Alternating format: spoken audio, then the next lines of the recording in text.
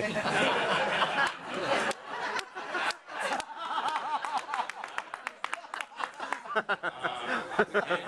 recently, not the first person to say that. We're a nonpartisan university. And most recently, he served as senior political advisor to the Allen Senate campaign. Next, we have Mo Elleithee, to my far left. No. And he is a Democratic communications strategist based in Washington, D.C. He was senior spokesperson for Hillary Clinton for president. So maybe he'll give us a little hint if she'll be running in 2016. Also, he worked on Mark Warner and Tim Kaine's successful gubernatorial campaigns. And he most recently served as senior strategist for the Kaine for Senate campaign. Now, we also have our moderator, Dr. Mark Rozell. Dr. Rozell is a professor at George Mason School of Public Policy. He has authored numerous books on government and politics. He is frequently called on by Wrapup, Politico, The Washington Post, and other media outlets to comment on national and Virginia politics. Please join me in welcoming our guest today.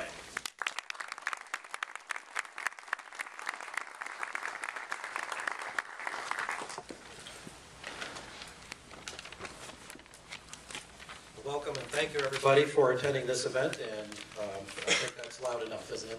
Yeah. Very good. So, we're going to have a freewheeling discussion here. We don't have any really strict ground rules. We're going to keep this informal. These gentlemen have very kindly agreed to speak about their experiences in this latest campaign. And as an academic, I'd love to learn what happened and why, and that primarily is going to be our focus today.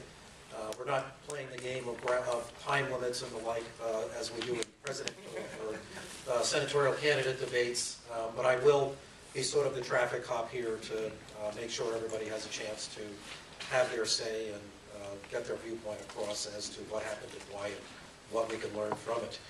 And so I will start by pitching a couple questions. We have asked the audience members via a survey to submit questions ahead of time. And so a number of the questions that I will be asking will be from you in the audience. And some of the questions will be my own, and then perhaps the campaign managers can ask each other some questions if they like as well. I will leave that completely at their discretion. So the first question I would like to ask for each of the campaign managers, and we'll start with you, Mo, for this first question. You knew the presidential campaign would drive the issues and the turnout. What ways did you seek to outperform your party's presidential nominee, and which tactics do you believe were most effective? We're not easing into this. First of all, thank you all for being here and for including us. And I should say Boyd and I were, among our portfolios, the designated debate negotiators for each campaign. And so dealt with each other quite a bit over the course of 5 Senate debates. And shockingly, I ended up getting along with Boyd more than I did some of the folks on my own campaign. So, so it's nice to be here. Not you, Larry. You were fine. Yeah, this was actually a very interesting campaign in the context of the presidential happening at the same time. Tim Kaine is close to Barack Obama. That's a simple fact. First governor in the country to endorse him back in 2007. He was the DNC chair, as the other side reminded Virginians often. We were going to always be close to Barack Obama. No interest in ever putting any distance between ourselves and with Barack Obama. And in fact, saw it as a strategic asset to be running on the same ticket as Barack Obama. So we never really had a strategy of really trying to distance ourselves or run away from him at all. Having said that, we were fairly certain that there were going to be some independent voters out there that were simply just not going to vote for the president, but we thought we could get. We had an early assumption, and I think late polling and the final results demonstrated this, that there was going to be a certain number of Romney-Kaine voters there were really not going to be very many Obama-Allen voters. And so we had, I think, a pretty intense and sophisticated effort to actually identify who some of those Romney-Kaine voters were going to be and tailor a specific message to them. And I think one of the reasons we were so successful was because our message was actually was a very bipartisan message. Anyone that watched TV ads saw Tim Kaine talking about how Washington needs more partners and less partisans, that he would work with the President of the United States no matter whom it was. And so for folks out there that were leaning away from the president, but not based on any rigid ideology, we thought we had a chance to peel some of them away, and we did, with a message of fiscal responsibility, economic growth, and bipartisanship. Well, let's see. Is that, there we go. We saw the campaign as a little differently, obviously. We knew there were going to be some people, particularly we knew in the Richmond area because of Kaine's, he'd been mayor, he'd been, very active there. He had, people in the community there who knew him personally that we believed were obviously would split their tickets or could very potentially split their tickets there. We, on the other hand, we also didn't believe that there would be that many, and that from our standpoint, we saw this campaign as really driven by would Mitt Romney win, would the Republican nominee at the beginning of the year when we didn't know who it was going to be, but would the Republican nominee win Virginia? And our feeling was that if he won it by a sufficient margin, then we could clearly connect Tim Kaine to Barack Obama, and then that would be the votes we could get would be within the votes that Mitt Romney, or whoever the nominee was, could receive.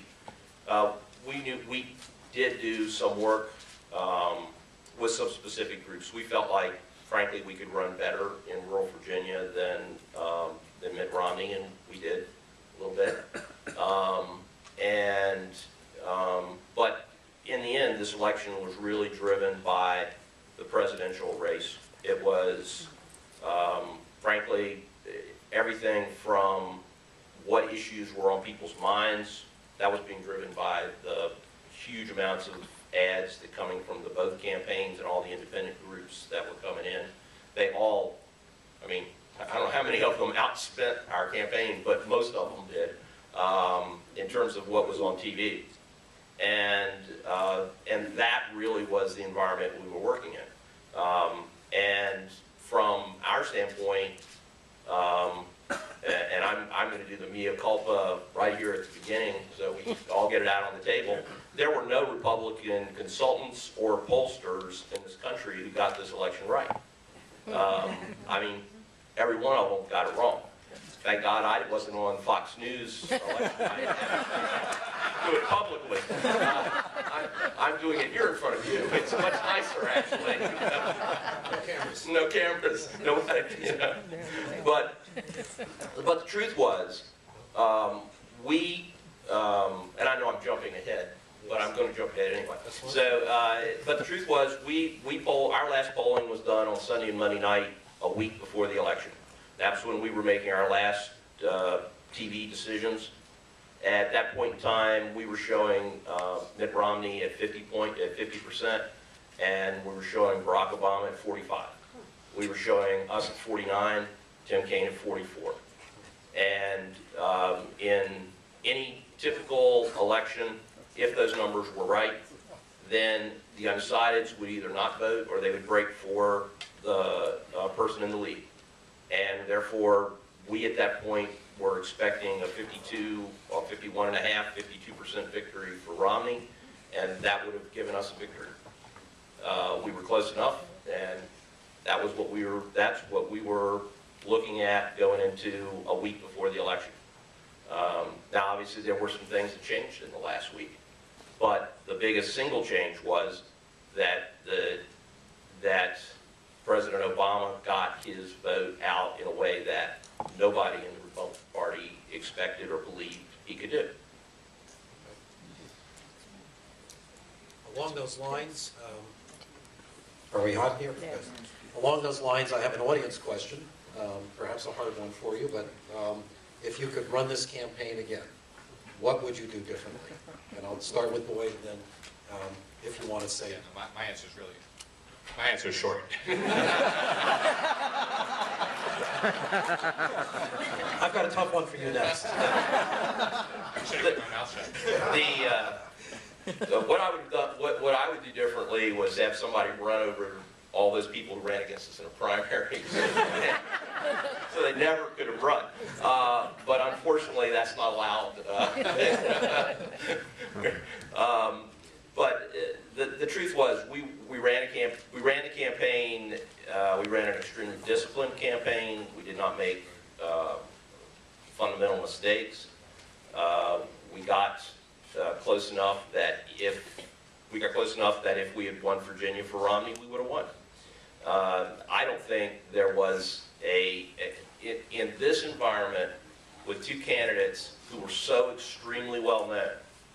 Everybody knew, everybody meaning into the 80+% of the people of Virginia had an opinion about the two candidates. It didn't change radically from the beginning to the end. Both of our negatives went up. Our favorables didn't really drop much. And it was, but we were two people that everybody already knew who they were, and a huge portion of the electorate had already decided which one they liked. And it was a very partisan election, where people were voting their partisan ideals. And as Mo said, there were some independents that they could reach out to that were much harder for us to reach out to. Additionally, they had money advantage. And I think that was, certainly part of that was made up by super PACs and things that came in on our side of the fence. But a lot of what they spent money on wasn't targeted correctly, or we wouldn't have spent the money that way if we'd had the money. But we started early because we had to, in order to win that primary and to win it convincingly. If we had not won the primary by a major margin, then people would have said we were too weak to win, and money coming that we were trying to raise would have disappeared and gone to other Senate elections. In the end, we were the closest race in the open seats in the country. And we ran closer to Romney than almost any of the other open seat challenger candidates in the country. We were successful in doing those two things. What we weren't successful in doing was getting the Romney campaign to win. Fair enough. Okay, I will pitch this question to Mo. Barack Obama's performance in the first presidential debate had some down-ticket effects, I would assume. How did the first presidential debate affect your campaign and your strategies? It was actually very interesting to watch. If you go back to the beginning of the campaign, the trajectory of the race, it's really fascinating. We started this race tied in just about every public poll and every single one of our internal polls. Started the race tied. George Allen announced in January of 2006. Jim Webb announced his retirement in 2011. Jim Webb announced his retirement in February. It was beginning of April that Tim Kaine got in. And from April through the rest of 2011, race was tied. Negative ads started running against Tim Kaine in November of 2011 from outside groups. Didn't move the needle at all. Race was completely tied. We did not go up on the air with our first ads until the end of August 2012. So November of 11 to end of August of 12, ads attacking Tim Kaine. Nothing really from our side. A couple of super PACs with small buys, but nothing really. 2 weeks later, we started to see the polls move our way. It actually is interesting. A lot of consultants will tell you, positive ads are important, but they don't really move the needle. It's the negative ads that actually move the needle. We decided to actually kind of try the other way, and found that the positive ads against the backdrop of all the negativity, actually moved the needle. So by early September, mid-September, we started in our internal polling and in some of the public polling started to open up a tiny lead, 3-4 points. Still right around the margin of error. And then the first presidential debate happened, and we felt the ground shift on this. It wasn't a free fall by any stretch of the imagination. But I think what happened was Republicans became energized. A lot of Republicans that were not excited about Mitt Romney suddenly had a reason to feel excited. They suddenly felt like the presidential race was within their grasp. So, while I know in some places in the country and some of my friends in the Democratic political operative class started to go into panic mode, we never did. We didn't go into panic mode. But we could feel that there was, at the very least, what we hoped, and I think what proved to be, a temporary surge in Republican enthusiasm. But it didn't really change our strategy, because we felt very sound in our strategy. First of all, we believed that it was a temporary thing. We believed in the strength of the greater Democratic field organization in Virginia, which the Obama campaign and the Kaine campaign worked very, very closely, hand in hand, in building. And we knew that the other side was underestimating the strength of our Get Out the Vote effort, and we were very happy with that, with them underestimating it. But in terms of our messaging actually didn't shift at all. We knew going into the race that we could win this race if we won 3 sort of meta messaging battles. The first was on the economy. Obviously, the economy was first and foremost. Both campaigns put out plans. We believed that our plan was going to resonate a little bit more than the Allen campaign's economic plan. Second was the deficit, getting our fiscal house in order. We decided, look, when you do a generic poll of voters in any election, and I think Boyd would agree with this, this is one of those issues that Republicans just have an inherent advantage in, right? Each party is sort of seen as stronger on some issues. Democrats are typically in polling seen as stronger on education, Republicans on spending and the deficit.